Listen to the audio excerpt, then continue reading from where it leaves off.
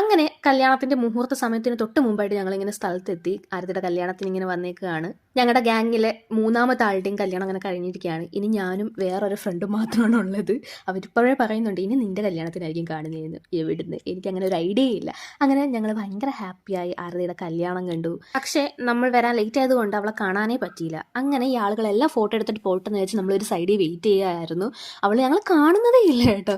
ഞങ്ങൾ ഇങ്ങനെ അവളെ അറിയാതെ അവളെ ഇങ്ങനെ ക്യാമിൽ ഇങ്ങനെ എടുത്തോണ്ടിരിക്കുകയാണ്. ആ സമയത്ത് അവൾ കണ്ടു ഞങ്ങൾ ഫോട്ടോ എടുക്കാൻ വിളിക്കുക. അപ്പം നമ്മൾ പറഞ്ഞ് എല്ലാവരും പോട്ടെ, എന്നിട്ട് ഫ്രീ ആയിട്ട് വന്ന് എടുക്കുക, അതാകുമ്പോൾ സമാധാനത്തോടെ ഫോട്ടോ എടുക്കാൻ സംസാരിക്കുകയും ചെയ്യാം. ഈ ഒരു ലുക്കിൽ കാണാൻ അവൾ ഭയങ്കര ഭംഗിയായിരുന്നു കേട്ടോ. ഭയങ്കര സിമ്പിളായിട്ടാണ് അവൾ ഒരുങ്ങിയത്. അതിൻ്റെതായിട്ടുള്ള റീസൺസ് ഉണ്ട്. നമ്മൾ ഭയങ്കര ഹാപ്പി ആയിരുന്നു കേട്ടോ ഇവർ ഒന്നിക്കലിന്. കാരണം ഇവർ കുറേ വർഷത്തെ പ്രേമമാണ്. അതിനുശേഷം നമ്മൾ കല്യാണ സദ്യ കഴിക്കാനായിട്ട് പോയി. ലാസ്റ്റ് പന്തിയായിരുന്നു, അതുകൊണ്ട് ഒരുപാട് പായസമൊക്കെ കിട്ടി കേട്ടോ. എൻ്റെ ഫേവറേറ്റ് ആണ് ഈ പായസം. ഈ ഇതിന് വേണ്ടിയിട്ടാണ് ഞാൻ വെയിറ്റ് ചെയ്യുന്നത്. നല്ല അടിപൊളി അടപ്പായസം, അതിൻ്റെ കൂടെ ബോളിയും വെർമസലി പായസം അല്ലെങ്കിൽ സേമിയ പായസം. അതിൻ്റെ കോമ്പിനേഷൻ കിട്ടില്ല കേട്ടോ. നമ്മളിങ്ങനെ തിരുവനന്തപുരംകാരെ കണ്ട് പഠിച്ചിരിക്കുക. ഇവിടെ ഇപ്പോൾ ഏത് കല്യാണത്തിന് പോയാലും ഈ സാധനം കിട്ടും. അങ്ങനെ ഫുഡൊക്കെ കഴിച്ചിട്ട് നേരെ നമ്മൾ വീട്ടിലേക്ക് പോവാണ്.